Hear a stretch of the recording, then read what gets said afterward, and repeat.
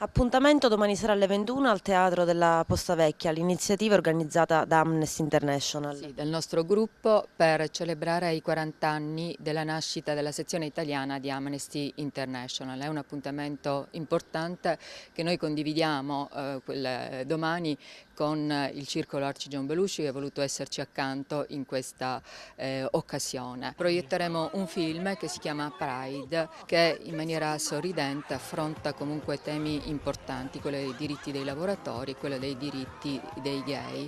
È un film che ci darà appunto l'occasione di riflettere su pregiudizi e stereotipi. Avremo il piacere dopo la proiezione di invitare il pubblico a un piccolo rinfresco appunto per celebrare il nostro anniversario. L'ingresso è gratuito fino ad esaurimento dei posti. Il film Pride del regista Matthew Varkus è stato premiato lo scorso anno a Cannes.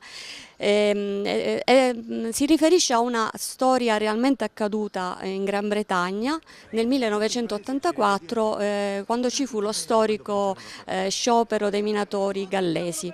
A questo sciopero vollero partecipare anche la comunità gay. La cosa non fu molto gradita dai minatori, nacquero dei problemi all'interno del gruppo dei minatori, però poi alla fine questi due mondi così diversi trovarono un accordo e ci fu una grande solidarietà tra i due gruppi ed è appunto un film sì comico, ironico, pieno di umorismo come solo i britannici sanno fare, ma in alcuni momenti anche molto commovente.